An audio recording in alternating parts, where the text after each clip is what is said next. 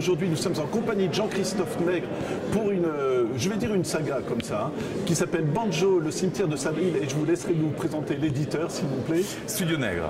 Ben voilà, c'est parti. Qui est Banjo alors? Alors Banjo, c'est un héros, c'est un chasseur de primes itinérant. C'est un petit peu une figure assez voisine de celle de Clint Eastwood dans la trilogie du dollar. Et donc, c'est un homme qui vit dans une société un peu particulière parce que Banjo se déroule une vingtaine d'années après la guerre de sécession, mais ce sont les sudistes qui ont gagné la guerre. D'accord. Et donc, on n'est pas aux USA, on est dans la Confédération d'Amérique. Et donc, c'est une société où racisme, ségrégation sont totalement entrés dans l'institution. Ouais. Et donc, la société est, on peut le penser, plus dure. Alors c'est évidemment un biais narratif pour mettre en perspective la dureté de la société réelle qui a pris place. Voilà. Comment vous est venue l'idée justement? Parce que Sergio Leone, hommage, mais après, déjà il était transgressif, mais vous c'est carrément plus transgressif. Oui, oui, parce qu'en fait l'idée, quand on fait de la BD, le western c'est un peu un genre extrêmement codé. Donc moi ça m'intéressait de me coltiner à ce genre très codé. Et au cinéma aussi c'est très codé. Donc comme un certain nombre de quinquas de ma génération, quand on a grandi devant la télé, on avait l'été les Sergio Leone. Voilà. Et donc je m'étais dit, si je fais un western en BD, il y aura des références à Sergio Leone. Et une des principales notamment, c'est le poncho de mon héros, qui est le même poncho que celui de Clint Eastwood dans la trilogie du dollar.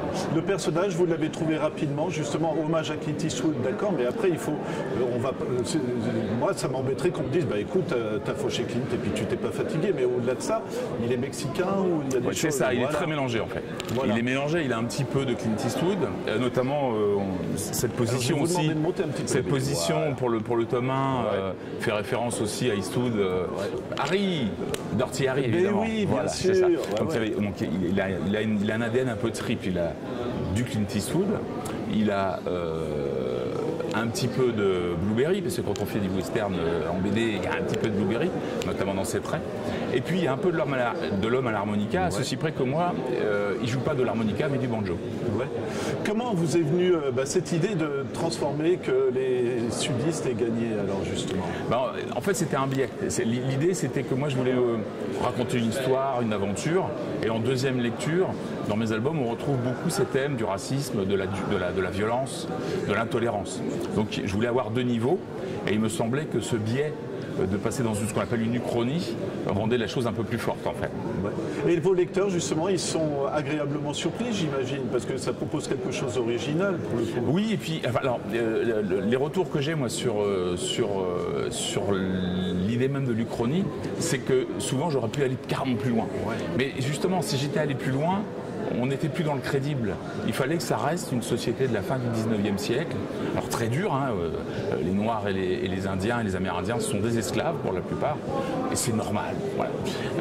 Ça me paraissait déjà suffisamment dur. Oui, ouais. Du coup, c'est jamais facile, on est sur la corde raide aussi. Comment on pense à la réaction que ça peut susciter ou pas?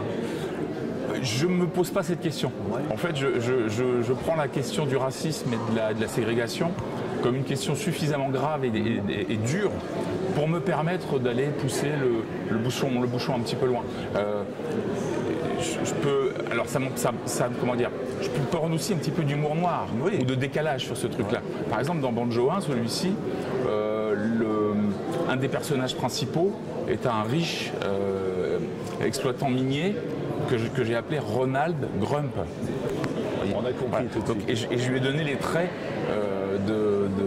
effectivement de l'ancien président des États-Unis. C'est important pour vous justement de faire allusion à des échos à l'actualité ou des choses comme ça? Oui, ça peut donner un peu plus de force aux propos ou souligner l'ironie. Dans le tome 3, je devais avoir une figure du Ku Klux Klan. Je lui ai donné les traits d'Éric Zemmour, par exemple. D'accord. Voilà.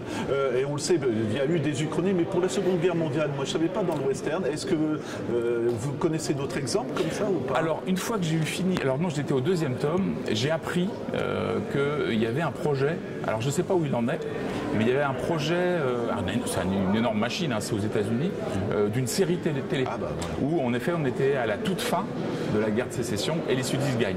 Et puis derrière s'enchaîne effectivement. Alors je ne sais pas quel est le propos derrière, mais en effet l'idée n'est pas traîne. Ouais. Et quand on fait cette bande dessinée, on pense cinéma aussi. Bon, ça, pour moi, ça me semble tellement naturel qu'on fait de la mise en scène, le cadrage. Le western, il y a de l'action. Je pense que c'est un régal pour vous tout ça. C'est ça. Pour moi, c'est quasiment le même exercice. C'est-à-dire qu'on écrit de la même manière, on fait les ruptures en bas de page droite, comme on va faire une rupture à l'écran. Enfin, les cadrages, comme vous l'indiquez, sont des expressions artistiques que je trouve assez voisines aussi, en effet. Et alors sur le western, avec les grands panoramas, les tronches, dans le tome 2, mes 2 premières pages, c'est le début d'Il était une fois dans l'Ouest. Ouais. Le train arrive, on fait des gros zooms, et c'est les vrais acteurs, Jacques Elam et sa bande. Génial. Charles Bronson arrive, bute les gars, et après c'est mon histoire qui prend place. Mais est-ce que c'est un régal? C'est un hommage aussi, mais ça doit être un régal de faire ça, non? Oui, parce que du coup, on se remet aussi dans la peau du gamin qu'on était quand on regardait ces films il y a un certain nombre d'années. Voilà. Vous l'avez dit, 3 volumes. Est-ce qu'on quitte le personnage facilement? Parce que j'imagine qu'on s'y attache aussi, non? Oui, mais j'ai trop vu de séries qui ne savent pas s'arrêter. Et moi, depuis le début, sur Banjo, c'était une trilogie, comme la trilogie du dollar. Et je n'allais pas... Alors oui, parce qu'au bout d'un moment, votre personnage, il est plus épais, vous dites « Merde, je vais le lâcher ». Eh ben oui, je le lâche, je fais autre chose. Ouais. Et c'est pas trop dur alors, du coup? Non. Non, il faut un autre projet. Ouais. Évidemment, si on arrête la trilogie et qu'on n'a pas un autre projet dans les cartons, on a peut-être un petit blues. Mais comme moi je me suis jeté dans un nouveau projet, du coup, voilà, Banjo, ça a été 3 ans, parce que j'ai fait un album par an. Puis en plus, je vois, il y a combien de pages? Parce que il y a presque 70 pages. Voilà, et ça, scénario plus dessin, coloriage aussi? Ouais, je fais tout. Wow. Ouais, faut une petite année et demie. Donc comme j'avais un petit peu d'avance, j'ai pu faire les 3 dans les 3 ans, mais enfin j'ai pas traîné quoi. Donc, ouais. Est-ce que, c'est pas une question piège, il y a des fois, justement, c'est quand même de la pression, il y en a marre, ou il y a des choses, il y a un moment où on dit je fais une pause parce que je peux Oui, plus. mais dans toutes les activités. Ouais. Là, sur mon projet actuel, je descends parfois une double planche dans la semaine. Et puis je vais mettre un mois à faire une vignette. Donc dans cette activité-là, c'est des temps qui sont normaux en fait. Voilà. Ça sera une de mes dernières questions, mais je me dis, est-ce qu'on fait l'histoire chronologiquement, les dessins, où on se dit, ah tiens, j'ai envie de faire une scène d'action, je vais faire la planche page 48 par exemple, au lieu de... Il y a différentes... Mais moi je le fais dans l'ordre. Mais il peut arriver que... Oui, j'entends parler de collègues qui peuvent faire ça dans le désordre. Ouais. Moi ça m'aide. Ça m'aide, parce qu'en plus je réécris souvent un petit peu les dialogues, donc si jamais je le faisais de façon décousue, ça serait plus compliqué. Voilà, toute dernière question, Jean-Christophe, vous disiez nouveau projet, vous partez sur quoi alors? Un autre univers très codé qui est la piraterie. Ouais. Donc voilà, ce sera l'adaptation d'une pirate, de la vie d'une pirate française du 13e, 14e siècle, que je vais transposer au 18e, parce que les costumes sont plus jolis, les bateaux sont plus jolis. Et pareil, c'est un peu codé comme le western, il y a des panoramas, il y a des cordages partout. Donc c'est un exercice qui va demander beaucoup de temps, mais enthousiasmant. C'est ce que j'allais dire, ça doit être enthousiasmant, autant de liberté de se dire je vais dessiner tel paysage, tel bateau, ça doit être ça qui est génial aussi. Ouais, c'est ça. Ouais. Retrouver le même plaisir que dans le western, parce que voilà, on est beaucoup sur des panoramas, j'aime bien moi ces grandes images, et puis coder quoi, le duel, le borgne, enfin voilà. Et puis les décaler un petit peu, quoi. Les abordages évidemment. Ouais. Beaucoup de repérage ou pas justement? On va traîner en bord de mer par exemple, j'en sais rien, visiter des bateaux. C'est-à-dire que maintenant il y a Google Earth. Ah, c'est de la triche, mais c'est bien aussi. On se documente, mais on se documente de façon plus facile aujourd'hui avec le numérique évidemment. Ouais. Et donc du coup ça vous inspire les paysages? Ah oui, c'est vrai que c'est dingue. J'essaie de coller à la réalité. Ouais. Donc j'essaie de replacer les choses. Alors j'adapte, on passe du 13e au 18e siècle, donc voilà. Ouais. Mais j'essaie quand même de garder un fond de vérité. Voilà.